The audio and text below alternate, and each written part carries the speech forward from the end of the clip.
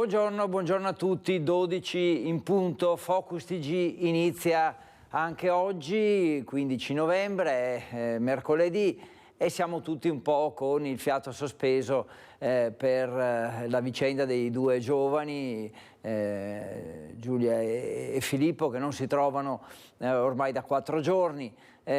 Tutti un po' stiamo cercando di capire cosa può essere successo, abbiamo delle informazioni, ovviamente non sono complete e oltretutto cambiano continuamente, sono notizie in divenire. La notizia certa è di una mezz'ora fa, delle 11:35, arriva dalle agenzie, 11:34 per la precisione, dice che la sorella, il fratello e il padre di Giulia Cecchettin sono stati convocati alcuni minuti fa nella caserma dei Carabinieri a Vigonovo.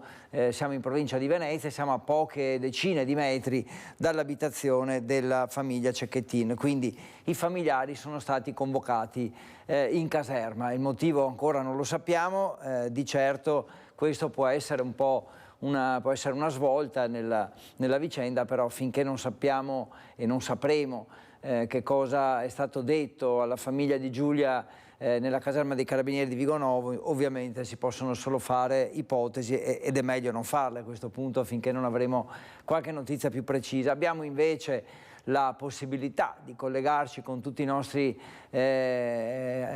colleghi che sono sul territorio. Siamo a Torreglia, siamo anche a Vigonovo e a Fossò, dove erano state trovate delle macchie di sangue in zona industriale. Anche lì non sappiamo esattamente se corrispondono a uno dei due ragazzi, quindi insomma fra poco andremo proprio in questi luoghi per continuare a seguire la vicenda, che è insomma la vicenda che tiene, dicevo, un po' con il fiato sospeso tutti noi. È inevitabile, anche perché insomma ormai abbiamo imparato a conoscere anche attraverso i nostri servizi di Media Nord-Est questi due ragazzi, la loro storia, le loro storie, la loro storia comune, il fatto che domani, giovedì, Giulia si laureerà, insomma era fissata la laurea in ingegneria biomedica dall'università. La nostra collega Valentina Visentina ha avuto la conferma che Giulia era ed è in regola con gli esami e ancora figura il suo nome nell'elenco dei laureandi di domani, quindi insomma anche lì non ci sono particolari novità. Guardiamo qualche titolo dai quotidiani online, tanto per capire oggi su cosa puntano. Ecco, c'è sul Corriere del Veneto già la notizia, l'informazione di poco fa: ragazzi scomparsi, la famiglia di Giulia Cecchettin convocata in caserma Carabinieri. Parliamo di Vigonovo, che è dove abita la famiglia, mentre l'altro tema di questi giorni sono gli avvistamenti dell'auto, della Punto Nera di Filippo, perché in realtà alcuni avvistamenti sono poi stati smentiti dalle forze dell'ordine, quindi non tutti questi avvistamenti sono poi non solo confermati ma avvenuti veramente, oppure se sono avvenuti si tratta di passaggi senza soste con fotografie che riguardano solo la targa, quindi poi è difficile capire ovviamente chi c'era a bordo. I due giovani scomparsi, la Punto Nera in fuga da 4 giorni, avvistata anche a Cortina, dice il Corriere del Veneto. Vediamo il mattino di Padova, che poi insomma ha dei titoli anche abbastanza simili agli altri quotidiani del gruppo Gedi, quindi la Tribuna di Treviso, la Nuova di Venezia, ma anche il Messaggero di Udine per la parte che riguarda il Friuli Venezia Giulia. Allora, questa bella fotografia dei due ragazzi e poi ex fidanzati veneti scomparsi. L'auto di Filippo, dice il Mattino, filmata a Pordenone. Lui è vivo, nessuna traccia di Giulia. Questa è un'affermazione forte, perché bisogna capire da dove arriva. Certo, sarà stata verificata, quindi ci sarà forse qualche fotografia che il Mattino ha visionato con l'auto e a bordo solo Filippo, però questo in realtà non lo sappiamo. Il Gazzettino infine, diamo un'occhiata anche al Gazzettino, che dice ex fidanzati scomparsi, c'è la foto di Filippo e di Giulia, la foto dell'elicottero che sorvola un bosco, potrebbe essere il Cansiglio, visto che anche lì c'è stata la segnalazione. Dicevo, ex fidanzati scomparsi, la famiglia di Giulia convocata in caserma dei Carabinieri, la notizia che vi abbiamo dato poco fa. La zia della ragazza, Filippo, non era contento che lei si laureasse domani, in realtà perché temeva che questa laurea avrebbe potuto allontanarli, cioè avrebbe forse potuto allontanare Giulia da Filippo. Questa è l'interpretazione che viene data. Il giallo poi delle macchie di sangue, quelle macchie di cui avevamo parlato anche l'altro ieri, e ieri, cioè ritrovate in zona industriale a Fossò, e quindi anche lì è stato sicuramente fatto il test del DNA per capire se può appartenere ad uno dei due ragazzi questa macchia, anzi queste macchie, però anche lì non abbiamo ovviamente conferme o certezze. Sempre dalle agenzie arriva che c'è stata una sola segnalazione in Friuli Venezia Giulia, unico dato certo, il passaggio a Caneva all'alba di domenica. Questa è una notizia che arriva da Trieste. Non risultano agli investigatori nuovi passaggi dell'auto che si presume possa avere a bordo i due ragazzi veneti scomparsi. Non so se possiamo già collegarci, chiedo alla regia. Ecco, allora io stavo leggendo notizie, ma andiamo da chi ne sa sicuramente più di me, che è Ilaria Marchiori, che è collegata con noi. I due luoghi, diciamo, strategici di oggi sono, mi pare di capire, Vigonovo e Fossò. Ilaria, sei in movimento tra questi due luoghi. Io ho dato un po' di notizie, quello che avevo, ma insomma dacci tu gli aggiornamenti. Ciao, buona giornata, dici anche con chi sei, così salutiamo anche il nostro collega.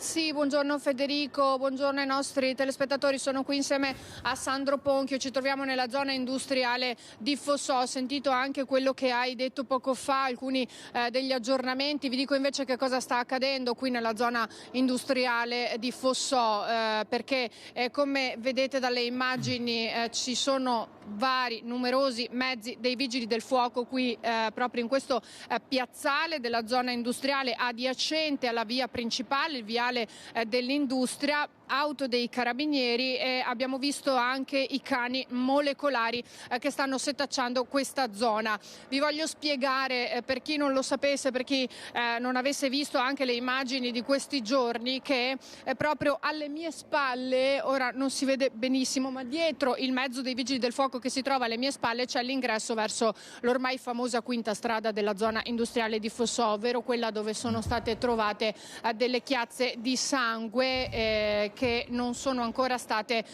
identificate. Però lunedì mattina qui c'erano gli uomini della scientifica, la zona era stata chiusa proprio per fare tutti i prelievi del caso. E un'altra informazione importantissima è che le telecamere dell'industria Dior, che si trova proprio di fronte al marciapiede dove si vedevano, perché ora non ci sono più queste chiazze di sangue, è l'unica che ha le telecamere attive 24 ore su 24, dunque sicuramente hanno registrato che cosa possa essere accaduto, e dunque anche quasi automaticamente poi ovviamente collegate all'esito dei rilievi della scientifica potrebbero capire di chi siano quelle chiazze di sangue.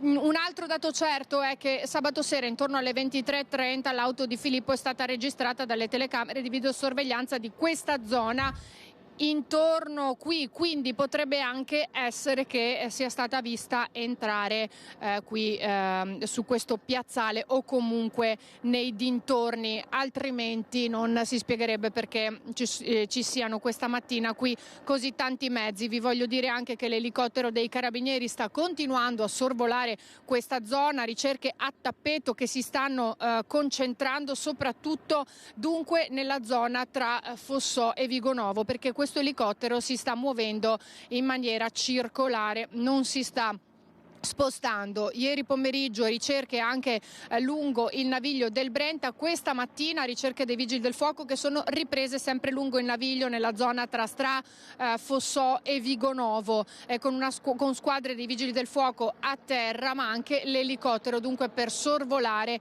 anche quella zona. Quindi sembra che proprio in qualche modo il cerchio si stia stringendo. Non so se tu l'avessi già detto, ma sono stati convocati nella caserma dei Carabinieri di Vigonovo, dunque poco distante anche da qui, il papà e i familiari di Giulia. Cercheremo di capire per quale motivo siano stati convocati. Quello che è certo è che ci sono delle novità e che probabilmente nelle prossime ore questa vicenda si potrà concludere, si sarà conclusa. Come lo scopriremo solo appunto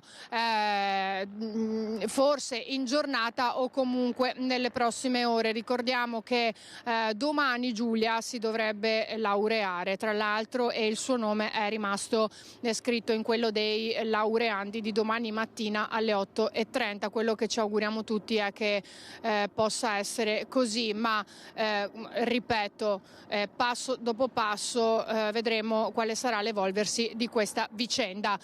Qui da Fossò è tutto. Se non ci sono domande, Federico, io restituisco la linea allo studio e poi la chiederò qualora avessimo ulteriori novità. Certo, ci sentiamo e ci vediamo sicuramente tra un po', grazie, buon lavoro a voi.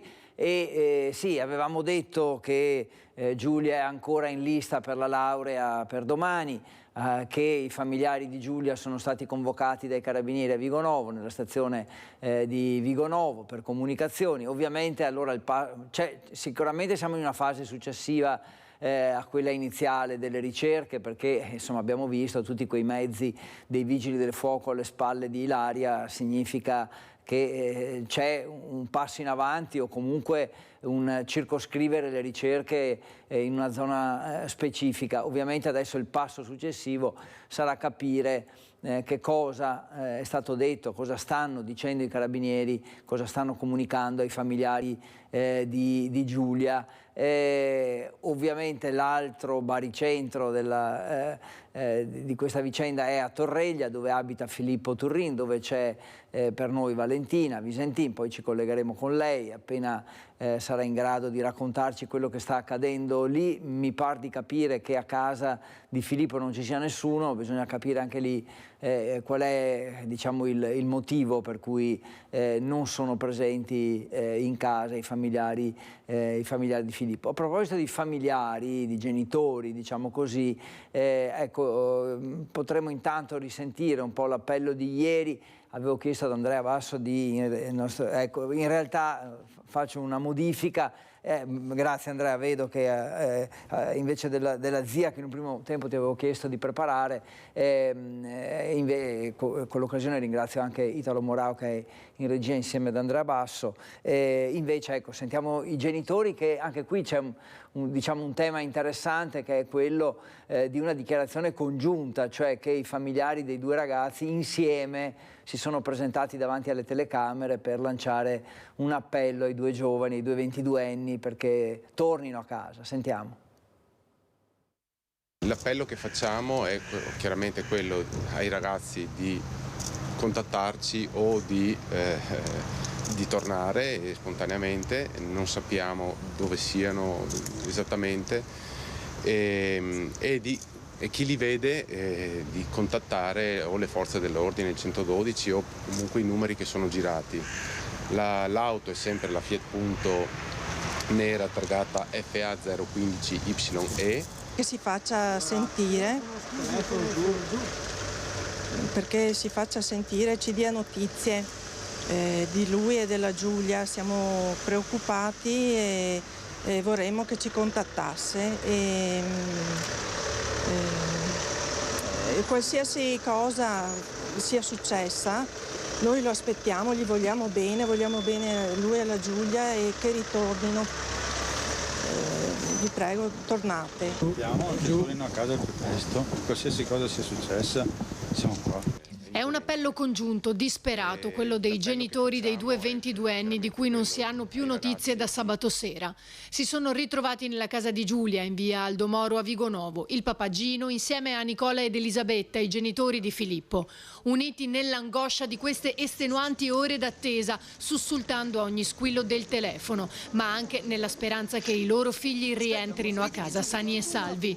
Per questo hanno trovato la forza di lanciare un appello davanti alle telecamere, ai ai loro figli e a chiunque possa essere d'aiuto, fornendo quanti più dettagli possibile. Giulia è alto 1,63 m, ha i capelli castani con frangetta, porta un maglione azzurro, una gonna marrone corta a tubino, calze, scarpe a mocassino nere e un giubbotto cappotto nero. Filippo è alto 1,88 m, ha i capelli castano scuro. Un paio di jeans chiare con l'elastico alla caviglia, delle scarpe bianche color panna, dell'Adidas con un inserto dietro arancione, e poi aveva un giubbino nero corto in vita di tessuto tecnico, impermeabile e col cappuccio. E un appello anche ai telespettatori che se vedono una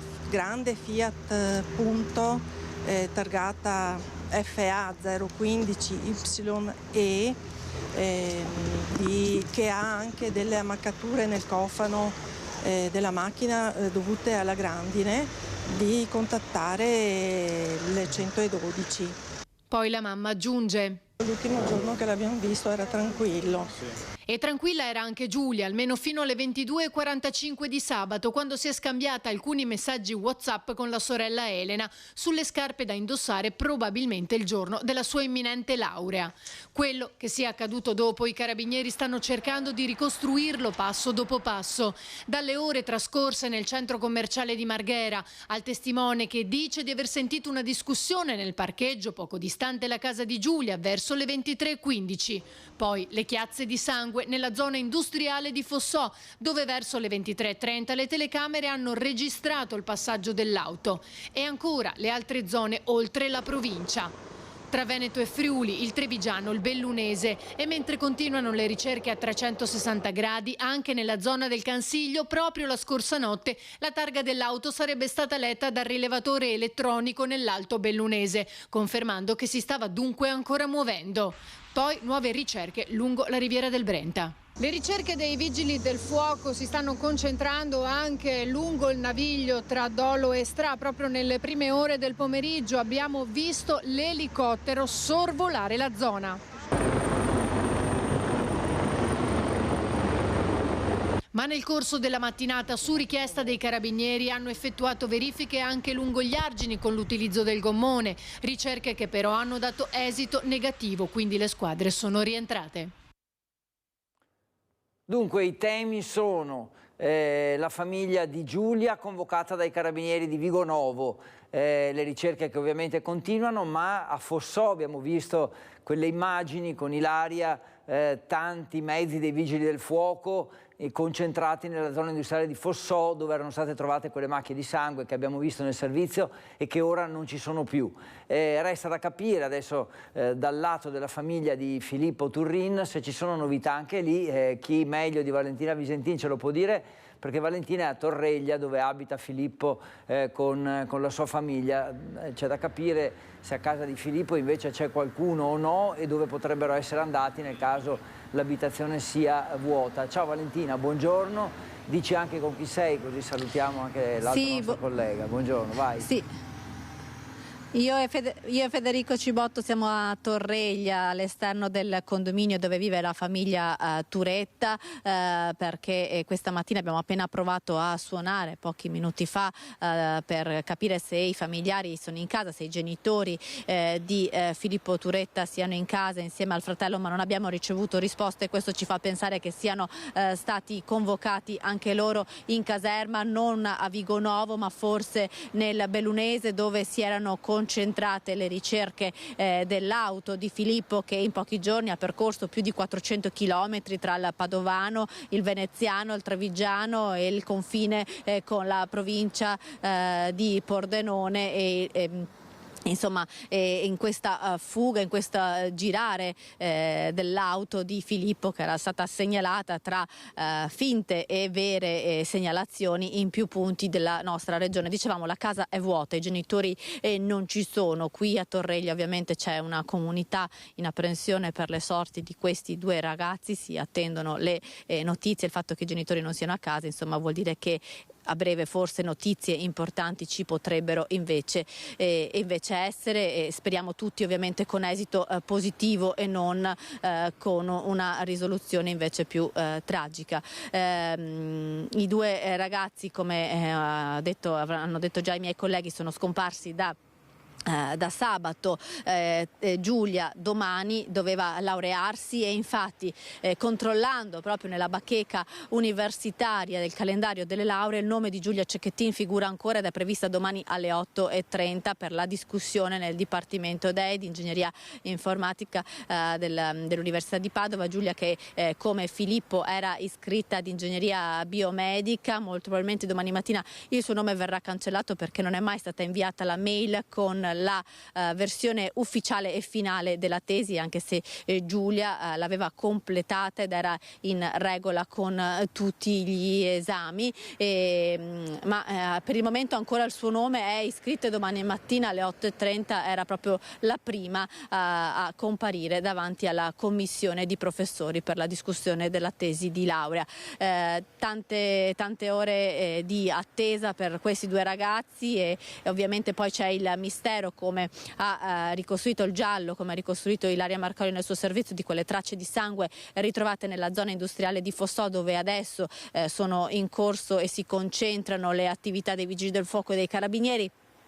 Per le indagini, per quelle tracce di sangue sono stati prelevati anche i campioni di DNA della famiglia di Filippo Turetta, non solo quelli di dei familiari di Giulia Cecchettin, perché ovviamente c'è da cercare corrispondenza per entrambi i due ragazzi e capire eventualmente se sono loro di chi siano effettivamente quelle tracce di sangue. Sono ore cruciali, tutti stanno controllando e stiamo attendendo notizie e qui a Torreglia ovviamente c'è quasi un silenzio surreale, diverso dal movimento, da tutto quel movimento che si sta invece concentrando a Vigonovo in questi minuti. Da Torreglia è tutto, ovviamente se ci sono novità vi richiederemo la linea. Certo, grazie Valentina, e a te e a Federico Cibotto. Ovviamente, insomma, immagino che ora il tuo obiettivo sia cercare di capire dov'è la famiglia di Filippo per riuscire in questo modo anche a diciamo, immaginare se ci possono essere delle novità importanti. Chiedo scusa, devo aver detto Turrini invece di Turetta io quando parlavo di Filippo, quindi ho sbagliato il cognome, chiedo scusa. Sicuramente quindi ci rivedremo con Valentina più tardi. Nel frattempo arrivano gli appelli, insomma, di tutti quelli che conoscono Giulia e Filippo, cercano di comunicare con loro per convincerli a tornare. L'ha fatto anche il sindaco di Vigonovo, Luca Martello. Sentiamolo. Sono due ragazzi dei nostri, davvero ragazzi che studiano, che hanno fatto percorsi di studi importanti e quindi sicuramente ci fa pensare che ciò che è avvenuto, insomma, non fosse prevedibile. E questo da un lato un po' ci preoccupa, ma speriamo davvero di poter contare su dei ragazzi che davvero si siano imbattuti in qualcosa che avrà un lieto fine, insomma, che possa finire presto. E siamo fiduciosi e soprattutto impegnati in qualsiasi modo per dare un contributo che sia utile davvero e che non complichi, al contrario, il lavoro di queste ore, che è tutt'altro che semplice. 12:23, ancora Focus TG. Siamo insieme da mezzogiorno, stiamo parlando ovviamente della vicenda di Giulia e Filippo, i due ragazzi di Vigonovo e Torreglia, veneziano e padovano come località, che sono scomparsi da sabato. La cosa certa che sappiamo dalle 11:34 è che la famiglia di Giulia è stata convocata in caserma dai carabinieri di Vigonovo. Questa è, diciamo, la principale novità. Stiamo, dicevo, sentendo però anche gli appelli di chi conosce i due giovani, anche la zia di Giulia, direi che insomma si è fatta sentire, ha raccontato alle telecamere che cosa pensa e qual è il suo desiderio in questo momento. Senta, lei ha fatto un appello nei confronti di Filippo? Mi sento circondata, sto andando a casa, sto andando dai miei genitori che sono molto anziani e hanno bisogno del nostro sostegno, quindi grazie per quello che state facendo e gli appelli li abbiamo già fatti e continuate a riproporli. Ce li ripeta lei che... Aspettiamo i ragazzi e siamo molto fiduciosi nelle ricerche di tutte le istituzioni a questo punto e chiediamo l'aiuto di tutti i cittadini che potessero in qualche modo vedere questi ragazzi, di non temere di fare alcuna segnalazione e quindi insomma di aiutarci a trovarli. A Filippo e Giulia, se ci stanno ascoltando, se ci sentono, chiediamo di contattare i genitori di Filippo oppure mio cognato. Noi ce li andiamo a prendere, di non aver paura, che comunque insomma noi li stiamo aspettando e abbiamo tanta voglia di riabbracciarli. Qualsiasi cosa è successo, non è successo niente, insomma siamo pronti qui. Siamo pronti ad aiutarli. Grazie, arrivederci. Grazie Elena, grazie mille. Questa era la zia di Giulia dunque, la cui famiglia, lo ripetiamo, è stata convocata in caserma dai carabinieri di Vigonovo un'oretta fa ormai, e quindi stiamo cercando di capire che comunicazioni sono state fatte. La nostra Ilaria Marchiori è in movimento tra Vigonovo, quindi dove ci sono i carabinieri, e Fossò, dove invece c'è una notevole concentrazione di mezzi dei vigili del fuoco per le ricerche. Torniamo subito fuori dallo studio. Un'altra vicenda terribile, drammatica di queste ore è la morte di una giovane operaia. È veramente una bruttissima notizia che è arrivata ieri pomeriggio. Anche noi in redazione siamo rimasti davvero scossi per quello che è accaduto. Vi abbiamo raccontato ieri sera quello che è successo a Danila e ovviamente poi oggi era il caso di parlarne di nuovo, e lo facciamo con Lucio Zanato, che sta seguendo per noi questa triste vicenda. Gli chiediamo dov'è, lo salutiamo. Buongiorno a te Lucio, raccontaci un po' dove sei. Buongiorno Federico, buongiorno ai telespettatori di Rete Veneta. Mi trovo a Pieve di Soligo, dietro le mie spalle è l'azienda Bocon, e lì in fondo dove si è sostanzialmente consumato il dramma ieri pomeriggio intorno alle 16. La notizia di oggi però non arriva da qui, anche se vedete i mezzi dello Spisal, vedete anche il furgone che ha portato, il pulmino che ha portato la dirigenza che era da un'altra parte. Abbiamo visto i dirigenti, i proprietari che si sono abbracciati, affranti per quello che è successo. Dicevo, qui si sta procedendo a ulteriori indagini da parte dello Spisal, però la vera notizia arriva dalla procura, dal procuratore capo Marco Martani, che oggi ha detto che il fascicolo di inchiesta aperto ieri ha già un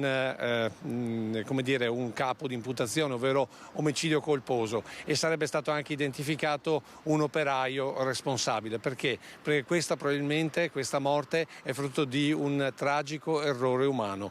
Che cosa è successo? Ieri pomeriggio molto probabilmente, diamo appunto il condizionale, la macchina per imballare il macchinario, che è un braccio sostanzialmente che avvolge con del cellophane i prodotti che poi devono essere esportati, portati via con i bancali, veniva azionata proprio da Anila Grisciai, 26 anni, di origine albanese, ma da sempre qui a Miane, tra l'altro studentessa del turistico di Valdobbiadene. Lavorava qui da 5 anni con un ottimo rapporto con la dirigenza, tanto è vero che era stata nominata da poco tempo anche capolinea. Cosa è successo? Appunto, durante questa operazione di imballaggio, a un certo punto Anila avrebbe fermato la macchina perché era terminato un'operazione, e si sarebbe avvicinata al macchinario. Inavvertitamente, non vedendola, probabilmente la tragica fatalità, il suo collega ha rimesso in moto il macchinario, e questo ha fatto sì che il braccio esteso, proprio che fa questo tipo di movimento, abbia avvolto anche l'operaia provocandone la morte pressoché immediata. Ripeto, tutto il condizionale perché tutto va naturalmente verificato, però questa è l'ipotesi, ovvero omicidio colposo, e avrebbe appunto un riferimento che sarebbe l'operaio collega di Anila.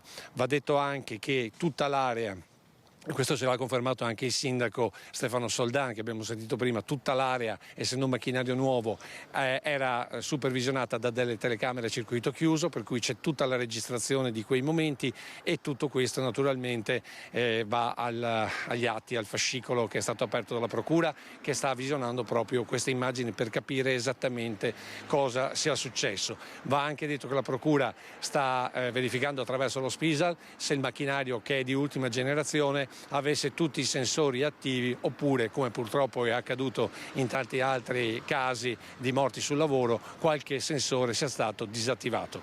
Ultima notizia riguarda ieri sera. Sapete, ci sono stati momenti di tensione quando sono arrivati i parenti, i genitori e i fratelli, perché a loro dire sono stati avvisati in ritardo. In effetti sono arrivati intorno alle 19, il fatto è accaduto intorno alle 16. Il sindaco Soldan ha giustificato la situazione dicendo che il quadro all'interno dello scenario era estremamente complicato, per cui gli investigatori hanno chiesto di avere del tempo per poter fare tutti i rilievi come va fatto, quindi senza pressioni, e quindi il rischio era di tenere fuori dalla fabbrica i parenti per molto tempo, e quindi è stato deciso di avvertirli solo quando i principali rilievi erano già stati fatti. Questo naturalmente ha creato dei momenti di tensione che vi abbiamo raccontato ieri, ma pare proprio che questa sia insomma quantomeno la giustificazione per questo ritardo.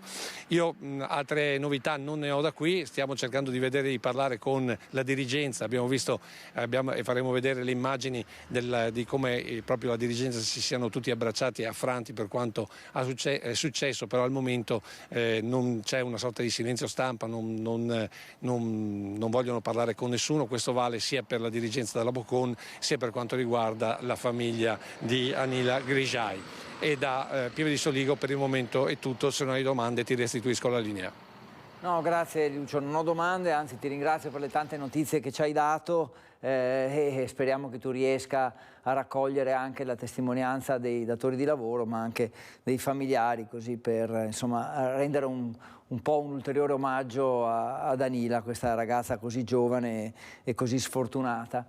Torniamo alla vicenda dei due ragazzi scomparsi, ancora novità diciamo in diretta dalle nostre Ilaria e Valentina non ne abbiamo, si stanno sicuramente spostando per raccogliere informazioni, non abbiate dubbi che appena c'è qualche novità sicuramente ci collegheremo con loro, e intanto continuiamo a riproporre gli appelli, perché insomma per quello che ci riguarda i due giovani sono ancora vivi, e quindi la voglia è quella di collaborare per riuscire a riportarli a casa. Adesso andiamo a sentire, anche perché insomma è una testimonianza toccante, c'è stato anche un momento di emozione da parte del dirigente della squadra di pallavolo nella quale ha giocato Filippo fino alla scorsa stagione, che lo ricorda e lo invita diciamo a tornare.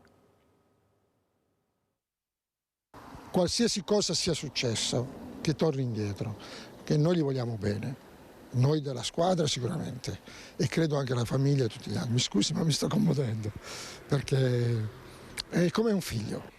Fa fatica a trattenere la commozione Gennaro Zecchino, dirigente della Libertas Volley, la squadra di pallavolo di Torreglia dove Filippo Turetta aveva militato fino a settembre del 2022. Anche lui, come tutte le persone che vogliono bene al 22enne, sta vivendo momenti di apprensione in questi giorni. Il suo messaggio a cuore aperto per Filippo, un ragazzo educato e rispettoso fuori e dentro il campo di volley. Non è mai stato assente così per caso, se era assente era perché c'era qualche problema vero.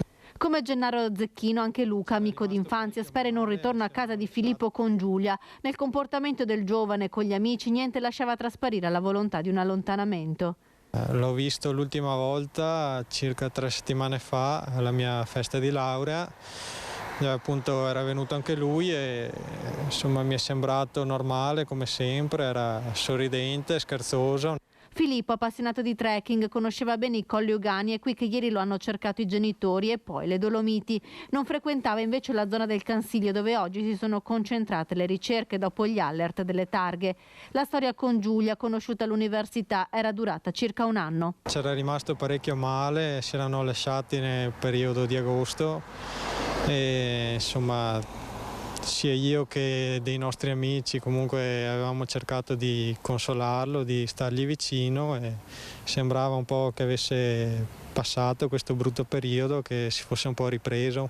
Ora Filippo stava studiando per gli ultimi 3 esami del corso di ingegneria biomedica. Il rapporto con Giulia sembrava essere rimasto amichevole fino all'appuntamento di sabato sera e la scomparsa. Belle queste foto che ritraggono i 2 giorni, li vogliamo ancora rivedere così al più presto. Speriamo sia davvero questa l'evoluzione della vicenda. Sono le 12:35, siamo sempre in attesa di avere novità dei nostri colleghi che si trovano fuori, in strada, come si dice, cioè tra Vigonovo, Fossò, Torreglia, il Bellunese, dove insomma le ricerche proseguono, anzi ci dicono che le ricerche sono in corso anche a Pordenone, dove c'era stata comunque un passaggio dell'auto di Filippo, un passaggio poi parzialmente smentito. Si era parlato della stazione di Pordenone, però non abbiamo conferme neppure di quello.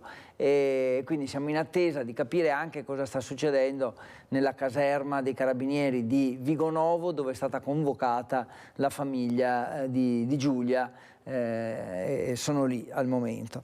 Andiamo adesso a Torreglia, invece, che è il luogo in cui abita la famiglia Turetta, i genitori di Filippo, e sentiamo lì che aria si respira in attesa di avere novità.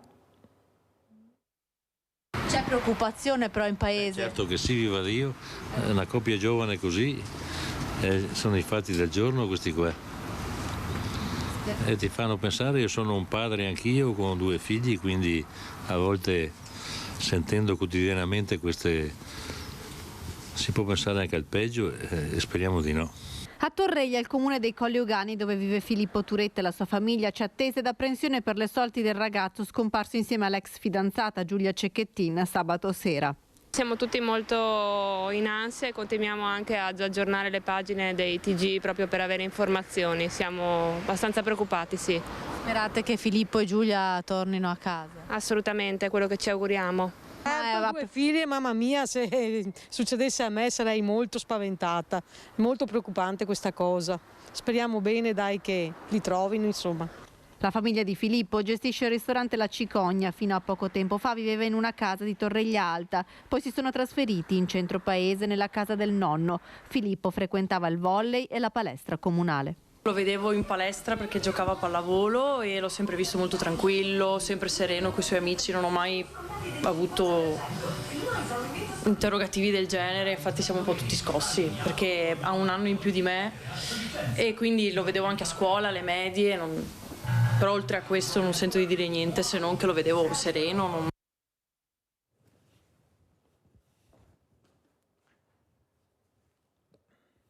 Eccoci qua, allora pare che anche i familiari di Filippo siano stati convocati da qualche parte, ma insomma il condizionale, come sempre in questi casi, è d'obbligo.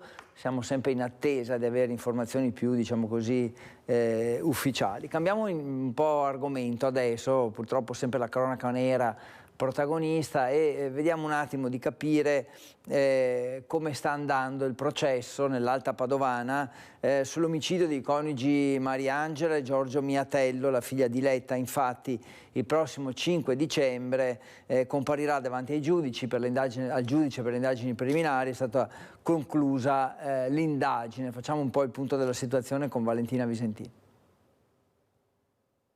Ha colpito la madre alla testa per 24 volte e ha continuato ad infierire anche quando l'anziana era supina e inerme, usando corpi contundenti e taglienti. Diletta Miatello, 51enne, ex vigilessa di Asolo, dovrà comparire davanti al giudice per l'udienza preliminare per l'omicidio della madre Mariangela Sarto, avvenuto tra il 26 e il 27 dicembre dello scorso anno, e del padre Giorgio Miatello, che è stato colpito anche lui alla testa e al braccio ed è morto 2 mesi più tardi, a fine febbraio, non riprendendosi mai dalle ferite. Diletta Miatello, detenuta nella carcere veronese di Montorio, comparirà davanti al giudice per l'udienza preliminare il prossimo 5 dicembre. L'accusa è di omicidio volontario, le liti con i genitori per le richieste continue di soldi scaturite poi nella furia omicida. La mattina del 27 dicembre la 51enne non aveva fatto entrare in casa la badante, poche ore dopo la scoperta della mattanza. Mariangela Sarto, 84 anni, trovata in camera da letto al piano superiore, avvolta in un piumino, il corpo devastato dai colpi al volto, all'addome e alle braccia.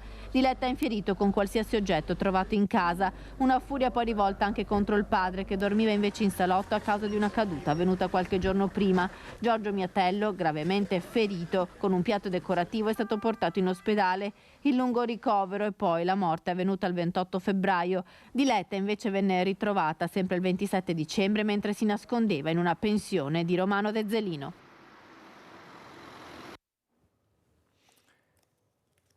Eccoci qua, ancora quindi una vicenda che tiene banco, anche questa, e di cui avremo sviluppi nelle prossime settimane. Poi un'altra vicenda dei giorni scorsi, delle scorse settimane, è l'incidente che c'è stato ad Acciaierie Venete a Padova con un operaio rimasto ferito.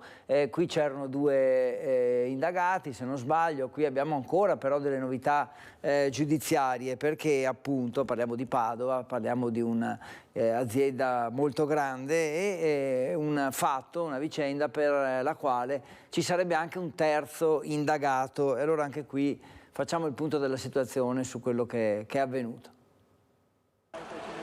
Un nuovo indagato per l'esplosione avvenuta all'interno di Acciaierie Venete lo scorso 27 ottobre. Si tratta di un operaio che al momento dello scoppio era impegnato a manovrare la barra di comando che controlla la vasca con l'acciaio fuso. L'altro indagato è il direttore di stabilimento, iscritto nel registro degli indagati poche ore dopo l'incidente sul lavoro che ha provocato 3 feriti. Le accuse sono di lesioni colpose aggravate dalle violazioni sulle norme in merito alla sicurezza nel lavoro. All'operaio in particolare viene contestata la manovra sbagliata nel momento in cui l'acciaio liquido ad altissime temperature veniva sversato in un'altra vasca. La quantità sarebbe stata eccessiva e una piccola dose sarebbe finita in una vasca di raffreddamento contenente acqua che ha provocato la reazione e lo scoppio fortissimo. Le indagini effettuate dai tecnici dello Spisal, coordinati dalla Procura, che nominerà a breve anche un esperto per chiarire ogni aspetto di questo nuovo incidente all'interno delle acciaierie, avvenuto a 5 anni di distanza da quello che provocò la morte di 2 operai. Eccoci tornati in studio, sempre in attesa di collegarci con Valentina Visentini e Ilaria Marchiori per quello che riguarda la vicenda dei 2 giovani scomparsi, anche per capire cosa è stato detto alla famiglia di Giulia, che è stata convocata in caserma dai carabinieri di Vigonovo, provincia di Venezia, dove vive tra l'altro la famiglia di Giulia. Ci spostiamo adesso a Romano Dezzelino, perché anche qui abbiamo seguito in questi giorni una vicenda molto antipatica e una vicenda che adesso ha preso una direzione ben precisa anche per quello che riguarda le decisioni del comune. Parliamo di vandali fondamentalmente, ma insomma non vorrei che sembrasse una parola che in qualche modo alleggerisce la posizione di chi ha imbrattato la scuola di Romano. Monica Smiderla è collegata con noi. Ciao Monica, buongiorno, dici anche con chi sei, così salutiamo il tuo collega e il nostro collega e poi anche il tuo ospite naturalmente. Buongiorno a tutti, sono con il collega Alessandro Costacurta a Romano Dezzelino. Con me c'è il sindaco di Romano Simone Bontorin. Alle mie spalle la scuola media statale Montegrappa, l'istituto scolastico che è stato preso di mira dai vandali nel fine settimana. Atti pesantissimi, atti vandalici con bidoni rovesciati, immondizia sparsa un po' ovunque, attrezzature sportive prese di mira e danneggiate, sassi contro le vetrate. Il sindaco subito aveva lanciato l'ultimatum ai responsabili invitandoli a presentarsi in municipio. L'ultimatum è scaduto ieri alle ore 12. Sindaco, nelle ultime 24 ore che cosa è successo? Quali sono gli ultimi sviluppi? Possiamo dire che qualcosa sta facendo effetto, di conseguenza tutta quella che è stata anche la pressione mediatica e l'attività di sensibilizzazione da parte dei genitori, da parte delle istituzioni, sta portando a qualche risultato. È evidente che in questa fase siamo ancora in una fase sotto riservo, anche per richiesta delle forze dell'ordine, perché vogliamo che escano tutti i nomi e di conseguenza stiamo tenendo monitorate le cose.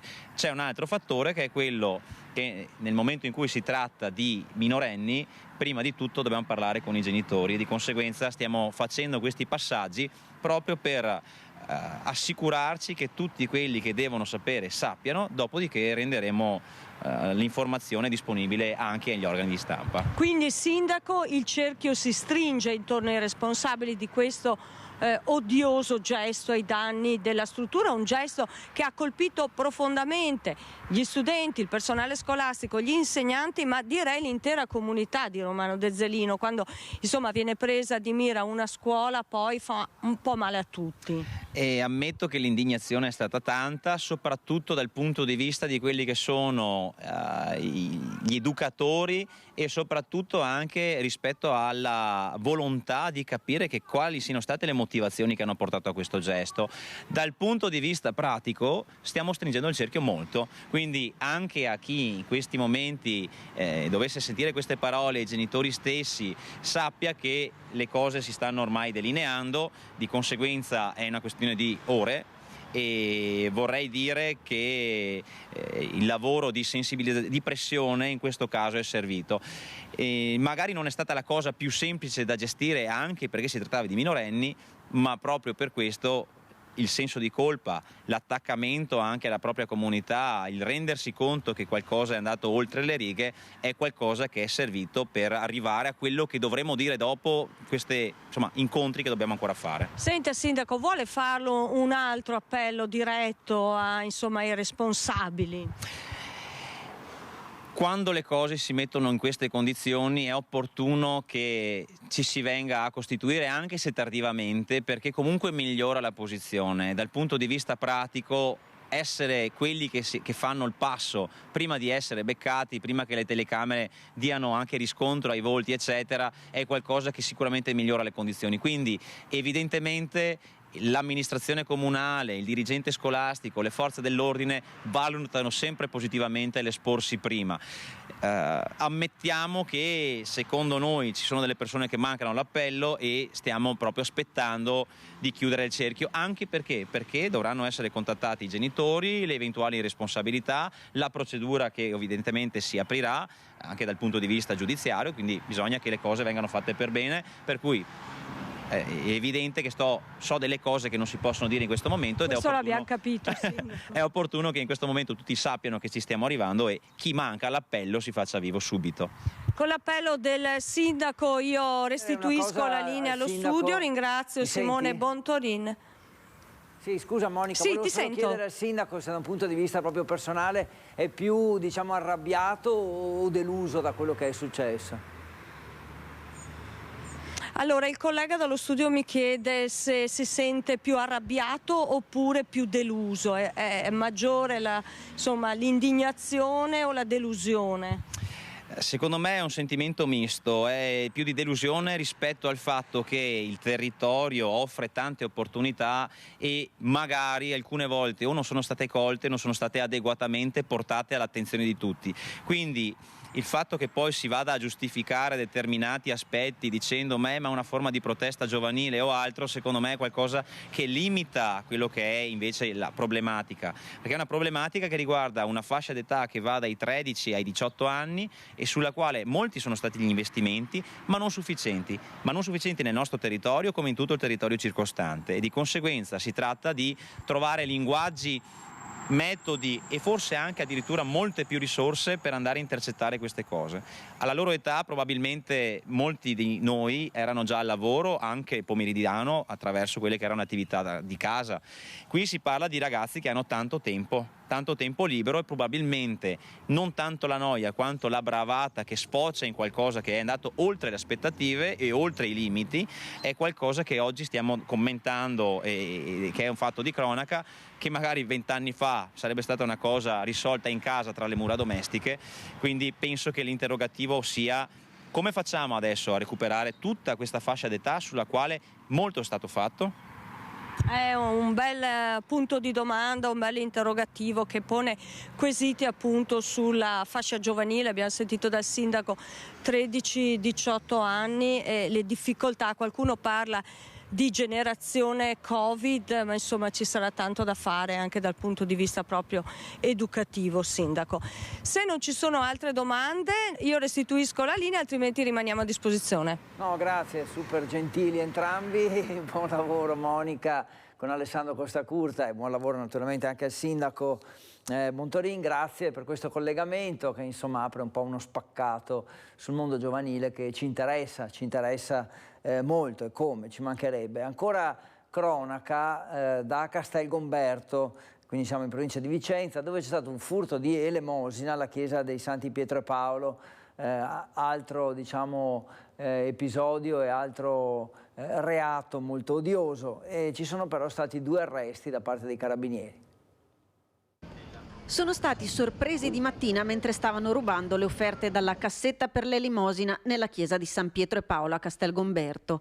I carabinieri della stazione di Trissino, che nei giorni precedenti erano stati allertati da alcuni residenti che avevano segnalato degli ammanchi di denaro e la presenza di forestieri che si aggiravano nel luogo di culto, hanno attivato un servizio di osservazione che ha permesso di sorprendere i 2 uomini intenti a rubare le offerte mediante un'asta metallica con un congegno a pinza con cui afferravano monete e banconote presenti nelle cassette per l'elemosina.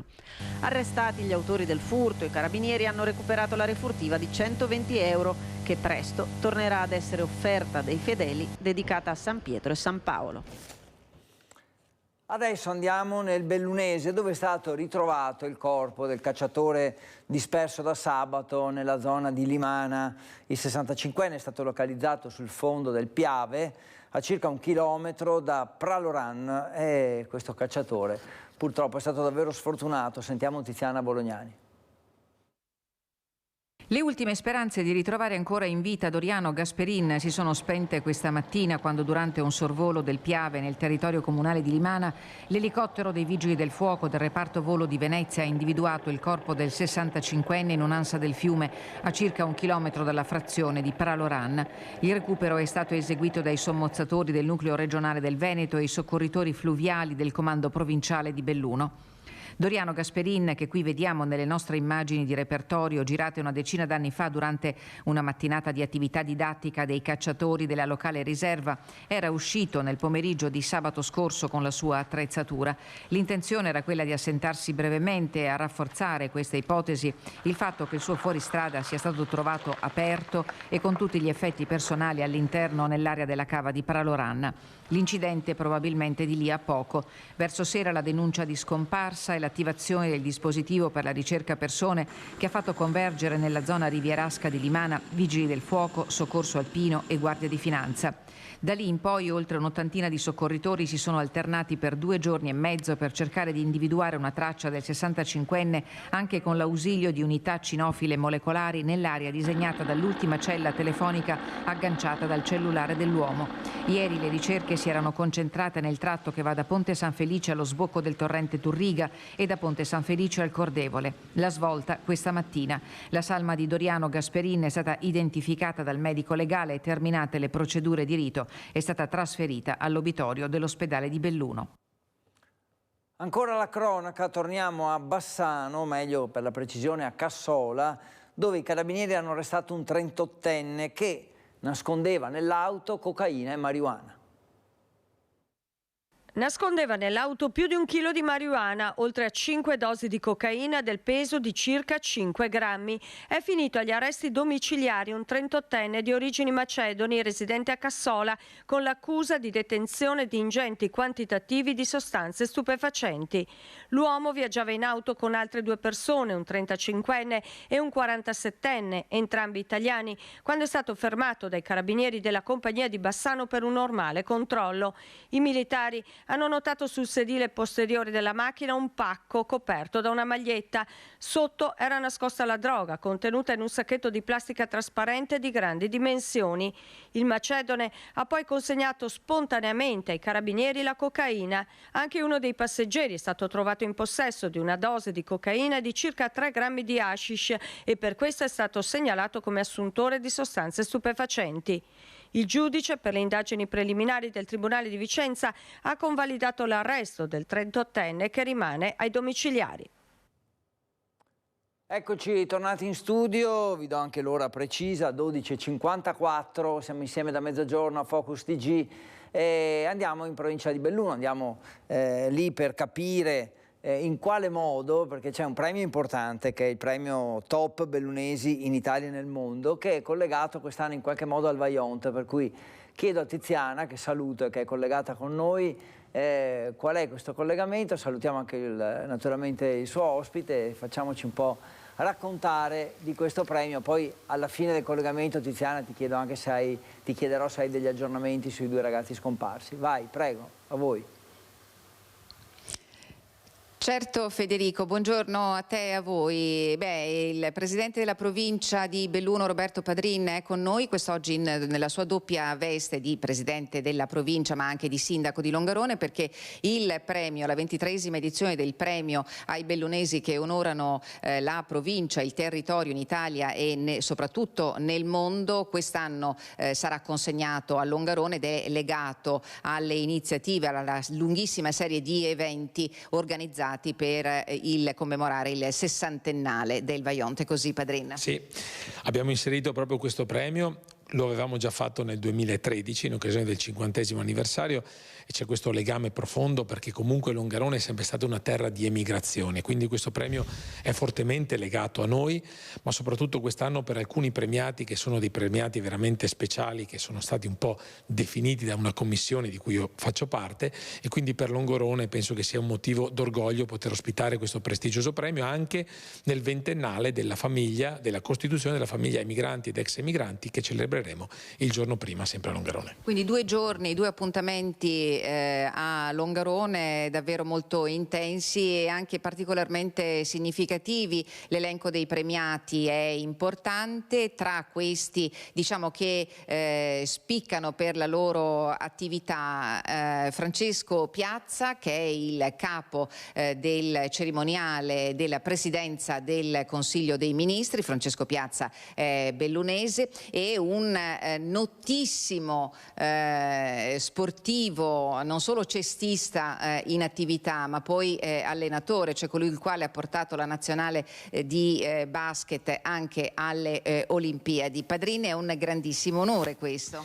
Sì, soprattutto perché intanto abbiamo comunicato al mondo che Romeo Sacchetti è originario di Castellavazzo e quindi del comune di Longarone e quindi per noi è un onore poterlo premiare e perché ha rappresentato, penso, meglio di chiunque altro nell'ambito sportivo quelle che sono le qualità bellunesi, anche se lui è nato in Puglia, però insomma è stato un grande cestista, ha vinto la medaglia d'argento alle Olimpiadi di Mosca, la medaglia d'oro a Nantes agli europei, ha portato l'Italia, come giustamente dicevi tu, alle Olimpiadi recenti, quindi devo dire che è un personaggio di grandissimo spicco e penso anche conosciutissimo. Piazza poi è anche un amico, nel senso che con lui abbiamo costruito un'iniziativa dai tempi della tempesta Vaia del 2018 in cui noi portiamo ogni anno un nostro albero di Natale proprio davanti alla piazza di Palazzo Chigi e quindi per noi è un altro onore ed orgoglio e quest'anno l'albero arriverà da Tambre, dal Cansiglio e ne porteremo un altro anche al Quirinale, un altro ancora a Castelporziano che è la sede estiva del Presidente della Repubblica e quelli provengono dal comune di Seren del Grappa. Quindi abbiamo la provincia di Belluno in grandissimo spolvero, non solo per il premio ma anche per come dire, la materia prima che porta nella capitale che speriamo anche a livello politico si ricordi di questo territorio che offre, che dà tantissimo e che ha dato negli anni sempre moltissimo anche in tema di risorse umane che magari per certi versi, Presidente, ogni tanto bisognerebbe riconoscere, no? Parliamo per esempio del differenziale montagna. E questa è un po' la battaglia che stiamo portando avanti da tanti anni contro lo spopolamento della montagna. Se vogliamo che i nostri cittadini rimangano hanno bisogno di servizi, i servizi ovviamente costano di più in montagna, quindi questo differenziale ci deve essere riconosciuto e mi auguro veramente che questa legge sulla montagna venga licenziata nel più breve tempo possibile, che possa dare un po' di ossigeno ai nostri territori. Noi viviamo un territorio bellissimo, splendido, che però ha difficoltà oggettive. Su quelle stiamo cercando di lavorare, abbiamo portato avanti il progetto Investi Scuola in modo che tutti gli studenti pagano lo stesso prezzo dell'abbonamento dei nostri autobus, pullman o treni provenendo da qualsiasi area della zona della provincia. Ma c'è altro da fare, ben altro, e su questo mi auguro veramente ci possa essere un sostegno concreto da parte del nostro governo. Ringraziando il Presidente Roberto Padrin, ti aggiorno allora Federico se sei d'accordo sulle ricerche dei due ragazzi di Giulia e di Filippo, questi giovani che non si trovano da sabato sera. Sapete che come abbiamo riferito ieri nel telegiornale c'è stato un unico rilevamento della targa a Ospitale, una località sopra Cortina d'Ampezzo che dà il nome anche ad un omonimo ristorante a pochissimi chilometri dal passo di Cimabanche. Quello è l'unico elemento in mano agli inquirenti, pur se ieri si erano diffuse in maniera anche insistenti notizie e voci di avvistamenti di quella grande Fiat appunto nera in altre zone dell'Alto Bellunese. Ecco, fonti investigative invece hanno confermato quell'esclusiva presenza dell'auto alle 9.07 di domenica mattina. Alle 9.30 quella stessa auto è stata rilevata in passaggio a San Candido, quindi verso la Pusseria. Sappiamo che in queste ore è davvero frenetica l'attività delle ricerche che è passata nella fase 2, la fase 2 del piano di ricerche di un iter che prevede il protocollo. Sono entrati a pieno titolo, oltre alle forze dell'ordine, anche i vigili del fuoco con tutti gli strumenti, le attrezzature, gli elicotteri e con le unità cinofile, ci sono i sommozzatori.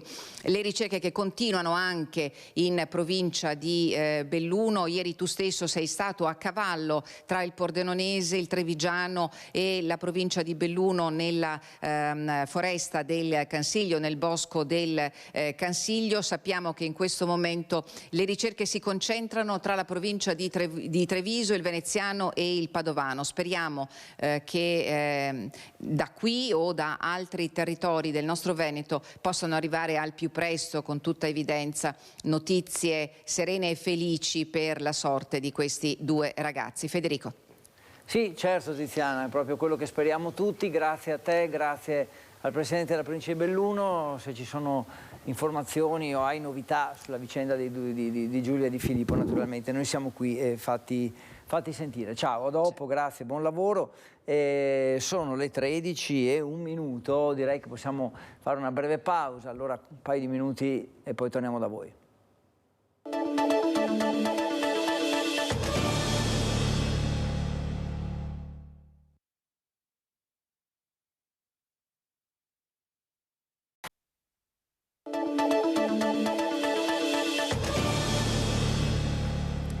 Bentornati a Focus TG 13.05, siamo insieme dalle 12 e stiamo parlando soprattutto della vicenda dei due ragazzi scomparsi, Giulia e Filippo. Le notizie certe che abbiamo, o meglio una delle notizie è che da circa un'ora e mezza la famiglia di Giulia è stata convocata in caserma dai carabinieri a Vigonovo. L'altra notizia è che a casa di Filippo non c'è nessuno, potrebbe non essere una notizia, come potrebbe essere invece un preludio ad altre notizie nel caso in cui anche i familiari di Filippo fossero stati convocati dai carabinieri, ma questo non lo sappiamo ancora con certezza. Quindi su queste due informazioni che abbiamo e sul fatto che le ricerche stanno prendendo nuovo vigore in altre zone, a partire da Fossò, dove erano state trovate quelle macchie di sangue già il sabato sera, o meglio la domenica mattina, insomma su questi temi un po' si sta sviluppando la vicenda dei due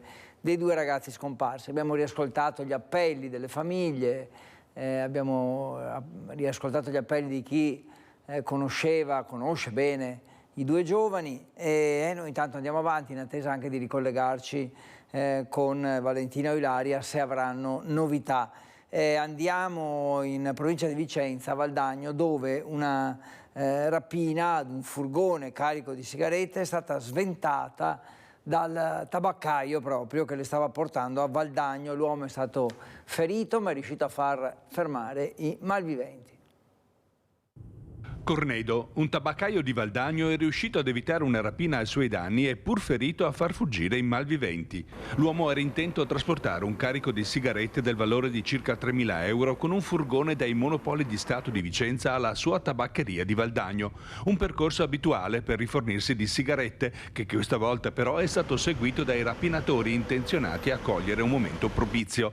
Infatti verso le 11 i due malviventi hanno approfittato di una sosta a Cornedo del tabaccaio in un piazzale lungo la provinciale 246. L'uomo aveva parcheggiato allontanandosi dal veicolo per effettuare una commissione. I due hanno quindi forzato il portellone del furgone impossessandosi dello scatolone delle sigarette. Il tabaccaio però, resosi conto di quanto stava accadendo, è intervenuto di corsa, affrontando i malviventi che, colti in flagrante, hanno immediatamente desistito nel loro proposito dandosi alla fuga. Abbandonato lo scatolone a terra, i rapinatori avrebbero scagliato violentemente il portellone del veicolo contro il tabaccaio, ferendolo con una prognosi di 15 giorni, rallentando l'inseguimento e riuscendo alla fine a dileguarsi a bordo di un'auto grigia. Tutti i dettagli sono stati denunciati ai carabinieri di Valdagno, che ora stanno indagando. Ecco, sì, malviventi messi in fuga dal tabaccaio, non fermati, mi sono sbagliato, comunque insomma intanto la rapina non c'è stata e questa è la cosa sicuramente più importante. Invece ieri in tribunale a Padova sono iniziate le udienze per le 37 famiglie arcobaleno dopo un'impugnazione dell'atto di nascita dei figli registrati con il doppio cognome dalle due mamme.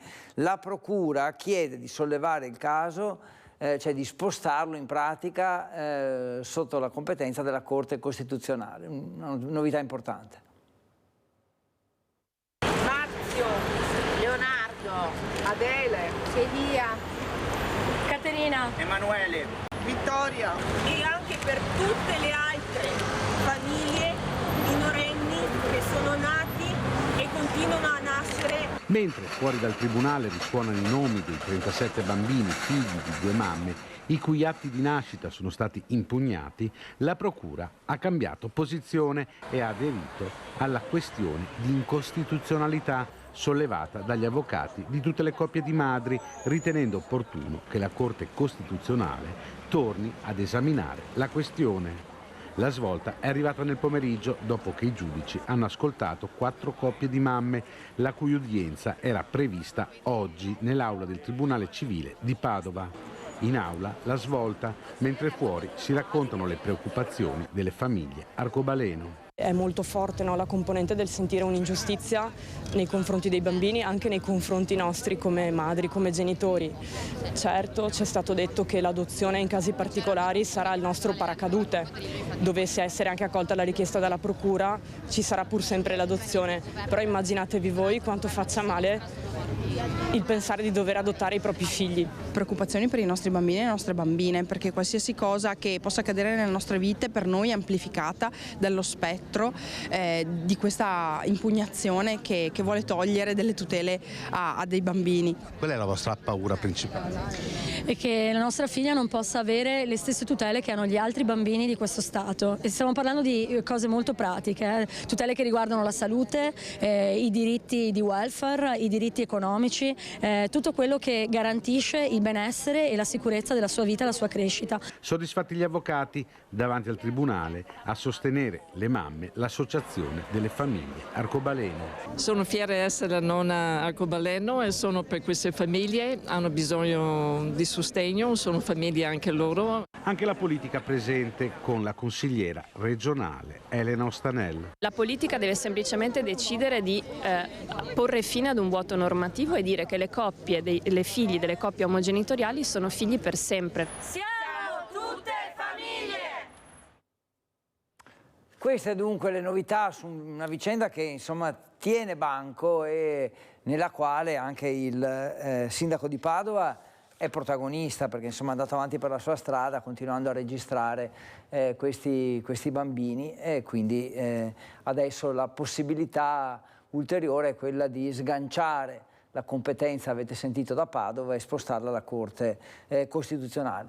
Andiamo nella provincia di Treviso adesso, perché negli ultimi giorni abbiamo parlato molto dei furti che si stanno compiendo, veramente sono raffiche di furti in zone precise della provincia, prese di mira dai ladri, visitate numerose case ogni volta in quella zona, e un commerciante su due adesso si dice preoccupato per la microcriminalità, in particolare le bande di giovani molesti, a dirlo è lo studio dell'Ascom presentato al prefetto, che si è soffermato sui furti in abitazione, che è l'unico reato in aumento. Il prefetto ha garantito controlli anche in aumento. Già dallo scorso mese di settembre l'intensificazione dei controlli del territorio per scoraggiare questo tipo di reato, e torno a dire è l'unico reato che potrebbe essere in aumento, è da verificare questo,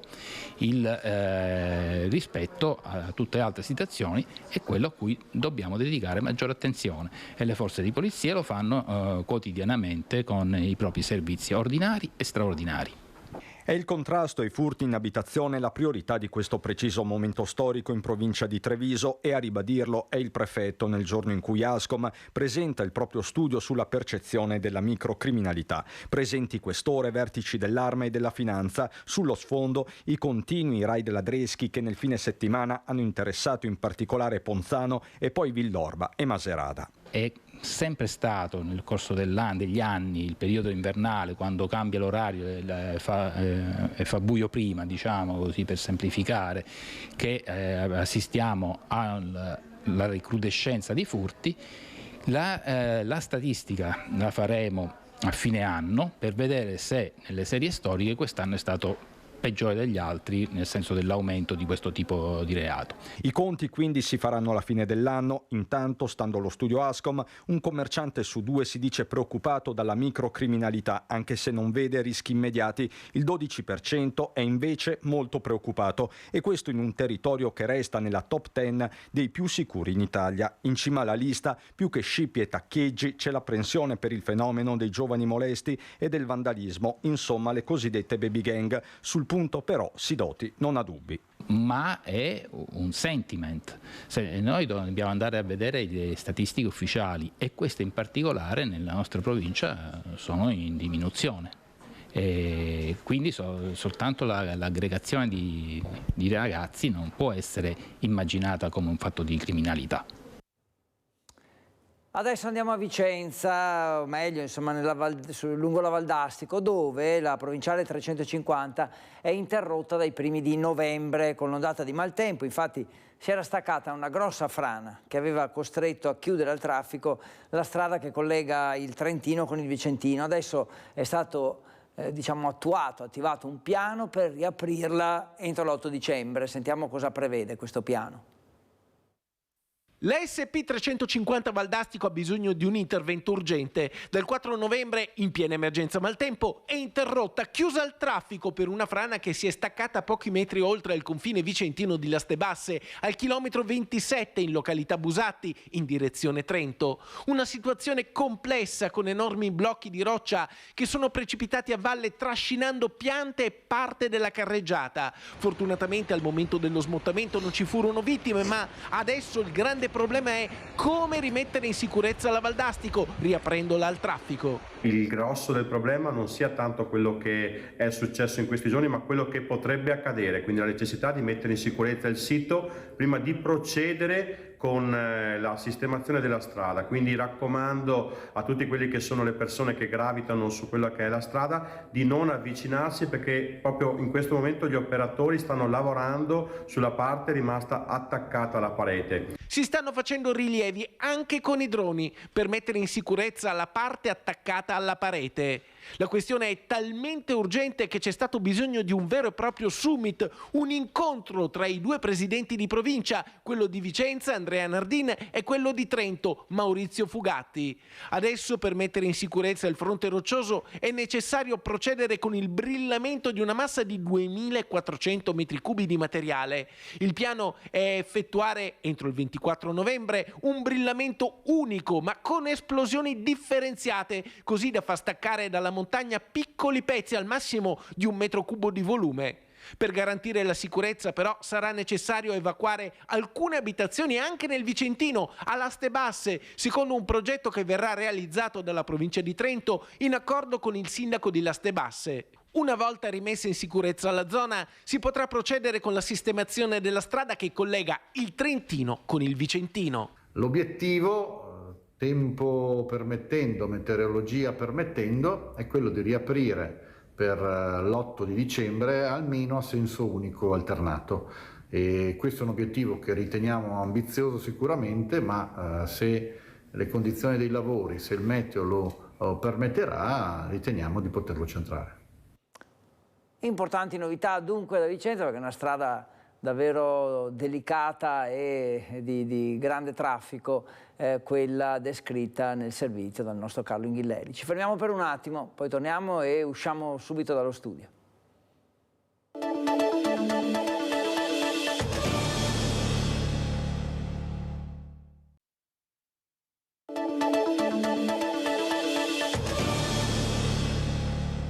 Focus TG, bentornati, insieme dalle 12, abbiamo parlato molto dei due giovani scomparsi, la notizia è che dalle 10:30 circa la famiglia di Giulia è dai carabinieri a Vigonovo, nella stazione di Vigonovo vicino alla loro abitazione, mentre a Torreglia, dove vive la famiglia di Filippo Turetta, nessuno risponde al campanello di casa, ce l'ha confermato Valentina Visentina, quindi cerca ovviamente in queste ore di capire la nostra collega dove sia la famiglia di Filippo. Intanto rimaniamo nel Padovano, anzi in centro a Padova per la precisione, perché dopo l'aggressione a una minore in via Dietro Duomo, ripresa da un video diventato virale, le baby bulle responsabili della violenza sono state identificate dai poliziotti della squadra mobile. La vittima, che ha appena 14 anni, è ancora sotto shock. Al momento non sono ancora state denunciate, ma sono state identificate dagli agenti della squadra mobile le bulle che sabato pomeriggio dietro al Duomo hanno preso a schiaffi una 14enne padovana umiliata davanti ad altri ragazzi, costretta ad inginocchiarsi, tirata per i capelli. Anche la procura dei minori di Venezia è stata informata. A rischiare grosso è la capetta del branco che dà ordini e anche l'amica che esegue e schiaffeggia la 14enne. Due ragazze della Padova Bene che frequentano un istituto privato, ma potrebbero essere denunciate anche chi ha bloccato il monopattino della vittima e lo ha requisito impedendole di scappare, e ovviamente chi ha girato il video e lo ha diffuso nelle chat facendolo diventare virale con lo scopo di umiliare ulteriormente la 14enne che sta vivendo giornate davvero difficili. La studentessa di un liceo del centro è sotto shock, è stata sottoposta a visite mediche e la famiglia si è rivolta ad un avvocato. Sembra non conoscesse personalmente le bulle, ma solo di vista. Cosa abbia fatto scattare la loro violenza nei suoi confronti non è ancora stato accertato, pare si tratti di un commento espresso sui social. Le immagini del video, che dura quasi 1 minuto e mezzo, raccontano una dinamica agghiacciante che dipinge un quadro sconfortante degli atteggiamenti di questo gruppo di adolescenti che dietro a visi truccati e capelli sempre in ordine nascondono cattiveria e spregiudicatezza. Per la 14enne vittima di bullismo, una vicenda che farà fatica a dimenticare. Adesso andiamo a Venezia, dove si è parlato del moto ondoso, insomma è davvero una caratteristica purtroppo negativa che tutti cercano di combattere. Si sono riuniti gli stati generali con decine di interventi del mondo politico, imprenditoriale, dell'associazionismo, le forze dell'ordine. Adesso si tratta di capire quali interventi verranno fatti, in particolare sul fronte del traffico e della velocità. Questa riunione di oggi, apre, continua, sottolinea un tema che per tutti, l'avete detto tutti in tutti gli interventi, è un tema rilevante. Cioè, il moto ondoso non è una invenzione di qualcuno, ma è un dato oggettivo che va in qualche modo limitato. Questo penso che siamo d'accordo tutti, perché se su questo siamo d'accordo, penso che abbiamo già fatto un grosso passaggio in avanti, perché nessuno ha mai negato e mai vuole negare questa cosa qua. Al Polo Nautico Sportivo di Punta San Giuliano a Mestre, il sindaco Luigi Brugnaro chiude gli stati generali della città sulla mobilità acquea e il moto ondoso a Venezia, un problema sul quale si sono confrontati politici, forze dell'ordine, enti, associazioni di categoria e sportive, attraverso una 60 di interventi con proposte che vanno dall'introduzione di una specifica abilitazione alla guida delle barche, ad un ripensamento del sistema di gestione dei flussi, all'utilizzo di barche ibride ed elettriche. Il moto ondoso, lo diciamo chiaramente, per Venezia è un problema reale e in maniera reale vogliamo affrontarlo, da una parte con la deterrenza e da un'altra parte con la premialità, perché cerchiamo di di cambiare la mentalità alle persone, non si parla soltanto degli operatori ma anche di quelli che vivono la città, dobbiamo raccontare come a Venezia il tempo è un qualcosa di particolare. La lentezza di Venezia diventerà il suo vantaggio e la sua specificità. Brugnaro ha anche ricordato la predisposizione del SISA, il sistema sanzionatorio.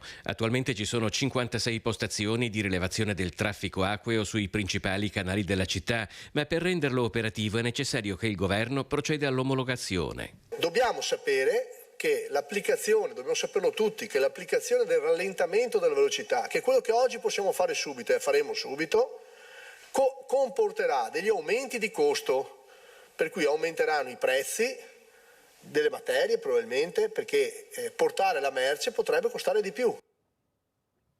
Eccoci da Venezia, rientriamo in studio, ma andiamo subito nuovamente fuori, sempre nel veneziano, con Ilaria Marchiori per capire, insieme a Sandro Ponchio mi pare, se non vado errato, che stanno cercando un po' di capire che novità ci sono, se ce ne sono. Ilaria, quindi prima di chiudere Focus TG, insomma, sì, era doveroso sentire da te se c'è qualche novità emersa. Sì, Federico, ci siamo spostati da Fossò a Vigonovo, qui di fronte alla caserma dei Carabinieri dove era stato convocato il papà e gli altri familiari. Abbiamo invece visto da pochissimo uscire il papà di Giulia, è uscito però dal retro, in auto c'era lo zio che lo aspettava, lo zio di Giulia, e quindi se ne sono andati. Qui però davanti alla caserma c'è ancora il criminologo dell'associazione Penelope che sta seguendo la famiglia Cecchettin da quando Giulia e Filippo sono scomparsi, dicevo Edoardo Genovese che però non parla, non rilascia alcuna dichiarazione, quindi non siamo ancora in grado di capire che cosa si siano potuti dire all'interno della caserma dei Carabinieri, anche se è doveroso dire che il papà ogni giorno viene convocato dai Carabinieri. Ecco, state vedendo proprio in diretta in questo momento non riusciamo a capire che cosa stia succedendo. È sceso il papà dall'auto, eccolo qui, lo vedete, Gino Cecchettin, che se n'era andato, adesso invece sta tornando. Quando ho finito con loro, è prioritario aiutare le forze dell'ordine con tutte le informazioni. È ottimista, Gino? Bisogna essere. Vi sono state comunicate notizie? Ecco, allora Federico, avete sentito, siamo riusciti a intercettare per pochissimi secondi il papà di Giulia. Non so se siete riusciti a sentirlo perché esattamente come ieri le telecamere sono tantissime, comunque ha detto dopo eventualmente vi dirò qualcosa, ora la priorità è aiutare i carabinieri, dunque è rientrato in caserma visto che era uscito probabilmente per prendere qualche cosa, forse anche a casa, e è rientrato dicendo che appunto la priorità in questo momento è aiutare le forze dell'ordine, i carabinieri e quindi anche i vigili del fuoco che stanno facendo queste ricerche a tappeto a 360 gradi proprio in varie zone, oltre che dunque qui nel veneziano tra Vigonovo, Fossò e poi anche il Naviglio della Riviera del Brenta, lungo la Riviera del Brenta, le zone che abbiamo visto anche ieri tra Stra e Dolo, e poi anche verso il Trevigiano, come abbiamo già ripetuto più volte. Dunque è rientrato, gli abbiamo chiesto se è ottimista, ha detto bisogna esserlo. Dunque questa è un'altra dichiarazione del papà di Giulia. Ecco, se questi sono gli aggiornamenti che vi ho potuto fornire in questo momento. Noi continuiamo a rimanere qui, se ce ne saranno altri chiederemo nuovamente la linea o comunque continueremo a seguire passo dopo passo la vicenda. Grazie Ilaria, grazie mille, preziosa questa tua diretta, insomma abbiamo intercettato insieme a te il papà di Giulia, qualche frase ma comunque significativa, dobbiamo essere ottimisti e aiutare i carabinieri nelle ricerche, quindi certamente qualche spiraglio c'è. Grazie Ilaria, buon lavoro, Focus TG si ferma qui, ma noi naturalmente pronti a tornare se ci saranno novità importanti o comunque nei nostri notiziari tutti gli sviluppi del pomeriggio, quindi vi invito a rimanere con Rete Veneta proprio per capire se ci saranno sviluppi di cronaca nel corso del pomeriggio. Intanto vi ringrazio per averci seguito, vi auguro un buon pranzo per chi deve ancora pranzare e buon pomeriggio per tutti gli altri, grazie e ci vediamo più tardi.